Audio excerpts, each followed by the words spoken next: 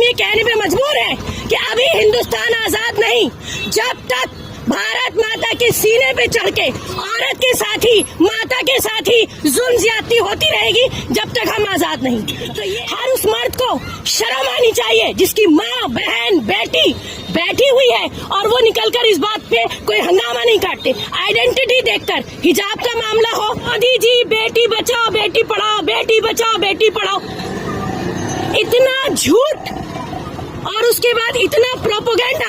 मैं समझती हूँ ये पूछना और कहना बेकार होगा कि where is the government, where is the political party.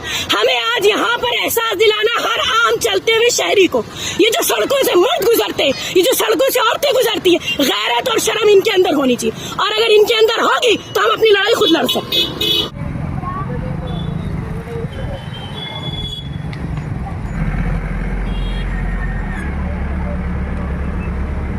देखिए, आज इतना बुरा वक्त आ गया है जिस मुल्क में हम रहते हैं कि हम लोगों को आज अपना मुंह बंद करके अपना एक एजिटेशन दर्ज करवाना पड़ रहा है।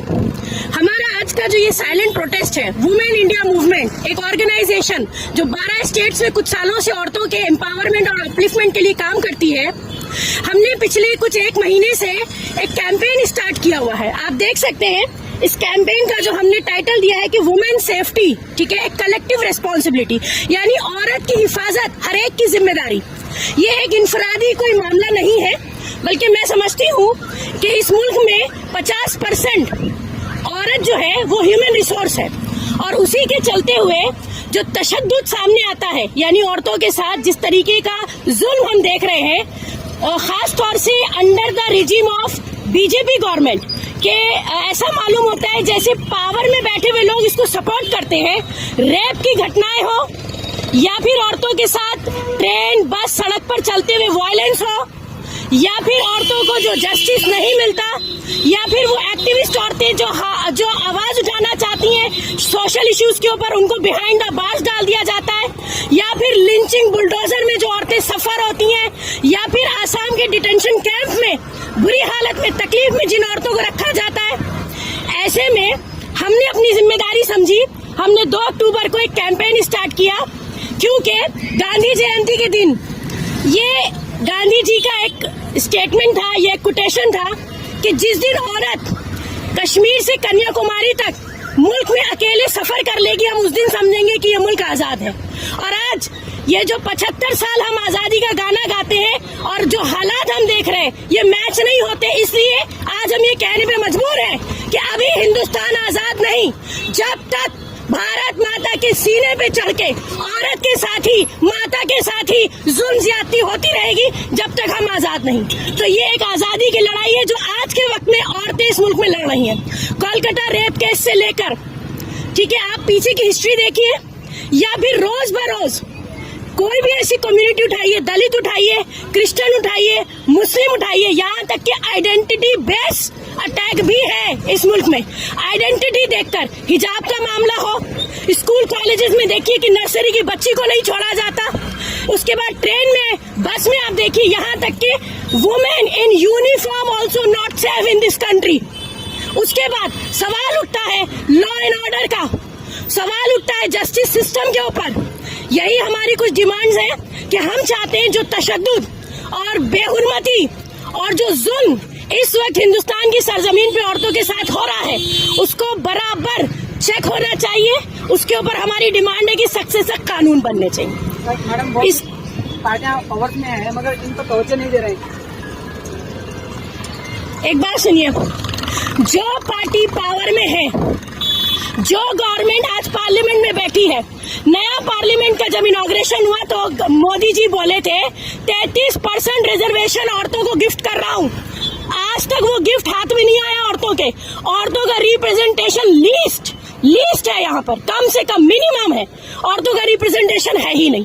50% रिसोर्स होते हुए जो रिप्रेजेंटेशन औरतों का होना चाहिए था। एक दूसरी बात, जो सोशल एक्टिविस्ट काम करती है उनका मुंह बंद करके उनको बिहाइंड द बार्स कर दिया जाता है। आप देखिए हमारी CNRC के एक्टिविस्ट को ले लीजिए, या इसके अलावा दूसरी बहुत सारी एक्टिविस्ट हैं जो आज भी जेलों में सड़ रही हैं, उनको जस्टिस नहीं मिलता।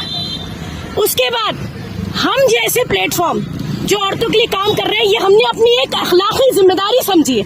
हम इस मुल्क में रहते हैं, हमें लगता है हमारी मॉरल ऑब्लिगेशन है, बल्कि ऑब्लिगेशन क्यों, बीइंग ए वुमेन, ये मेरे लिए शर्म की बात होगी कि मैं तशद्दुद देख रही हूँ और मैं अपने घरों में खामोश बैठूं। और उसके बाद हमने इसको नाम दिया कलेक्टिव रिस्पॉन्सिबिलिटी का। हर उस मर्द को शर्म आनी चाहिए जिसकी माँ, बहन, बेटी बैठी हुई है और वो निकलकर इस बात पे कोई हंगामा नहीं काटते। देखिए, आज आप कह रहे हैं कि पॉलिटिकल पार्टीज जो है वो पावर में, कोई उम्मीद गवर्नमेंट से नहीं रखना, क्योंकि हर क्राइम इस मुल्क में गवर्नमेंट सपोर्टेड है। आप देखिए कोलकाता में जो क्राइम हुआ, जो इतनी बुरी तरीके से एक ड्यूटी पे एक नर्स का जो रेप किया गया, आपको क्या लगता है, वो एक पॉलिटिकल इशू बना दिया गया। यानी कि औरत के जिस्म को चीरना, फाड़ना, काटना भी एक पॉलिटिकल एजेंडा हो गया। शर्म की बात है, हमें समझ में नहीं आता आखिर हम किस मुल्क में रह रहे हैं, हम कौन सी जमीन पे जी रहे हैं, किस हवा में हम सांस ले रहे हैं। उसी के चलते हमारा ये एक साइलेंट प्रोटेस्ट है, क्योंकि हमें लगता है चीख पुकार करना भी अब फायदेमंद नहीं रह गया, क्योंकि हमें अपनी डिमांड गवर्नमेंट तक पहुंचानी है। अगर गवर्नमेंट में, पावर में, अथॉरिटीज में बैठे हुए लोग, लॉ एंड ऑर्डर, जुडिशरी में बैठे हुए लोग जरा भी गैरत रखते हैं, जरा भी शर्म रखते हैं, तो ये प्रोटेस्ट उनके जहन तक, उनके कानों तक जाना चाहिए। बहुत से खवातीन पर जुल्म जो हो रहा है वो आगे बढ़कर नहीं आ रही। उसी के लिए हम यहाँ जमा हुए हैं। मैं आपसे क्या कह रही हूँ, आज का सबसे बड़ा प्रॉब्लम जो है वो एक आम आदमी का अनअवेयर होना है, या फिर एक आम आदमी को इतना डरा दिया गया है। एक औरत जिसकी असमत रेजी होती है, उसकी माँ पुलिस स्टेशन अगर रिपोर्ट लिखाने जाए तो पुलिस वाले उसकी माँ को रेप कर देते। एक रेप विक्टिम जो बेल पे छूट कर आता है, वो आके वापस रेप कर देता है। ये इस मुल्क की कंडीशन हो गई है। एक साल में 35,000, 36,000 रिकॉर्ड आंकड़े हैं, और जो रिकॉर्ड नहीं होते उनका कोई हिसाब नहीं है। ऐसे मुल्क में जहाँ औरत हर लम्हा रेप की जाती हो, काट दी जाती हो, जला दी जाती हो, फेंक दी जाती हो, 2 साल से लेकर 80 साल तक की बूढ़ी औरत सेफ नहीं, ऊपर से दलित, फिर शेड्यूल कास्ट या फिर आइडेंटिटी बेस क्राइम जो है वो अलग है।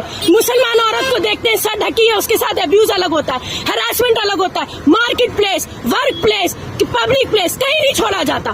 तो जिस मुल्क को भारत माता की जय कह कह के नारे लगाते हैं, उसी माता की इतनी बड़ी हुर्मती की उसी की बहू बेटियों को असमत रेजी की जाती है। अब आप बताइए, यहाँ तक के जो हमारी एक्टिविस्ट जेल में है, उनके ऊपर अभी तक कोई क्राइम साबित नहीं है, मगर वो जेल में क्यों? क्योंकि उन्होंने मुंह खोला। इसी तरह से लिंचिंग, बुलडोजर, असम का डिटेंशन, क्या बेहिसाब बुरी हालात में औरतों को वहां रखा जाता है। मतलब हम इतनी तकलीफ दे हालात में रखा जाता है कि हम बयान भी नहीं कर सकते। कोई इसकी सूद लेने वाला नहीं है। मोदी जी बेटी बचाओ बेटी पढ़ाओ, बेटी बचाओ बेटी पढ़ाओ, इतना झूठ और उसके बाद इतना प्रोपोगेंडा। मैं समझती हूँ ये पूछना और कहना बेकार होगा कि where is the government, where is the political party. हमें आज यहाँ पर एहसास दिलाना हर आम चलते हुए शहरी को, ये जो सड़कों से मर्द गुजरते, ये जो सड़कों से औरतें गुजरती है, गैरत और शर्म इनके अंदर होनी चाहिए, और अगर इनके अंदर होगी तो हम अपनी लड़ाई खुद लड़ सकते हैं।